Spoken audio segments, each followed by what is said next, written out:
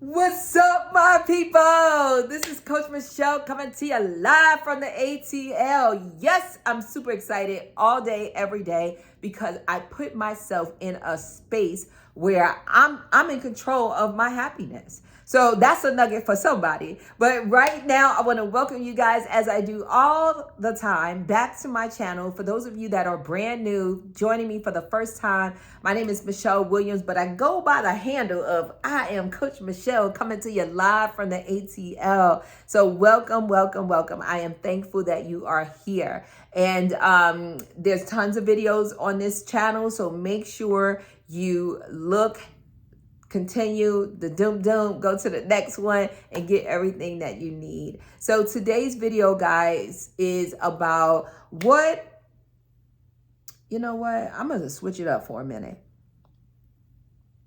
I just thought about something. So I'm going to switch it out because I don't have a script anyway. I go straight from the dome. I always pride myself on that because then I'm not trying to give you something that I don't know or I haven't lived. So when it comes from my head, it gives me the confidence because I have the competence in the specific area. So I'm going to talk about what does a home health aide or CNA, what does that person do in the home, right? So someone that's working as a home health aide or a CNA, a caregiver, companion, what does that person do in the home? So I'm going to give you the top 5 just straight off my head, what the responsibilities are, because many of you are brand new to the industry, brand new to entrepreneurship, and like, hey, everybody tell me I need an aide. What kind of aide do I need? What is that aide gonna do? So I'm gonna talk to you about the top 5 things that a home health aide, CNA, caregiver, we'll just say caregiver, does in the home. The number one thing that's very important, guys, that person is going to do. This person is the meat to your business. Treat them with the utmost respect. They are the meat in your business, okay? Meat on your plate. So the first thing is that they are your ears and eyes. They are going to hear and see things that you don't even know. Because as the owner, as the administrator, as the nurse, you go out, you talk to them, you go out, you meet with them. But guess what? They are there in the home for consecutive hours. So they are your ears and your eyes to keep the pulse, P-U-L-S-E, pulse. Sometimes my New York accent be out of control and I cannot control it. Yes. And by the way, I went to speech. I was in speech for a long time when I was a kid. So my words are not perfect. And guess what? It has not stopped me from being successful. That's a nugget for somebody right there. So the second thing I would say is they must and they will follow your plan of care plan, service plan, whatever you're calling it in your state. They will follow that. So that's their second responsibility. And since I'm going off the top of my head, I'm not going to say this is the exact order, but so far it's the exact order, right? So the first one, somebody type this in for me. I'm acting like I'm on Facebook Live, right? First one, somebody type it in. They are your ears and your eyes. The second one is service plan. They are going to adhere to the service plan that you put together as the administrator and or your nurse put together if you are in a regulated state that requires a registered nurse to do your head to toe assessment, then create your service plan from that. So that's the second thing they're gonna do is follow that care plan. The third thing would be safety.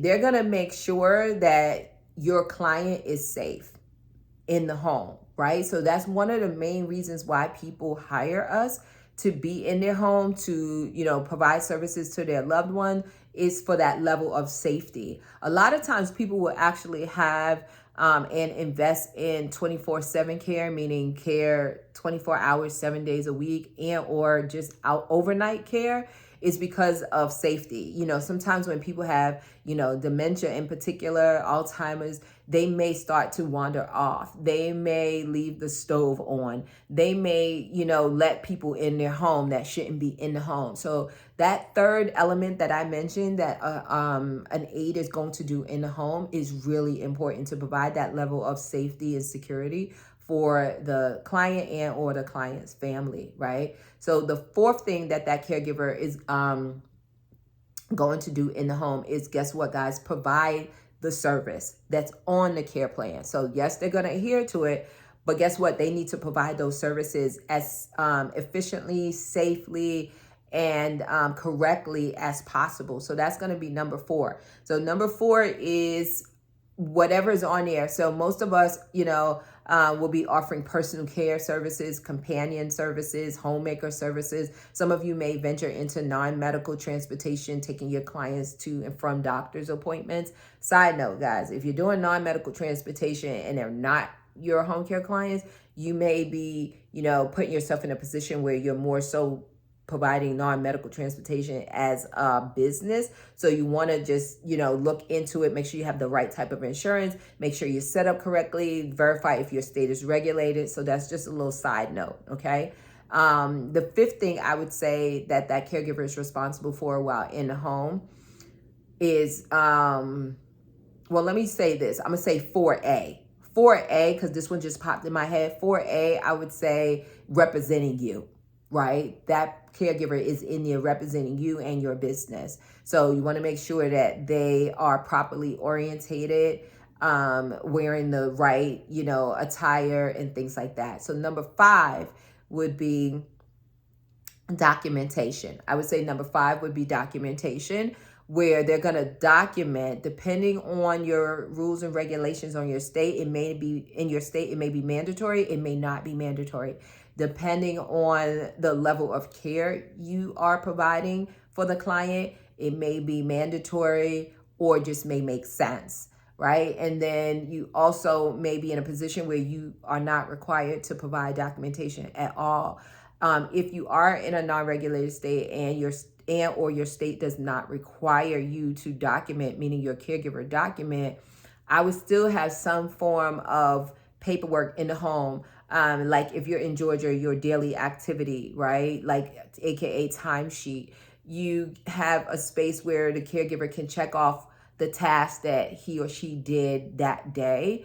And the client can sign off on it. And then you can also have an area maybe down at the bottom where that person could put notes, just so you are aware of what's going on. And then if they're sending in that sheet to you every week and you're also using it as a timesheet, maybe I'll do a video about how to document.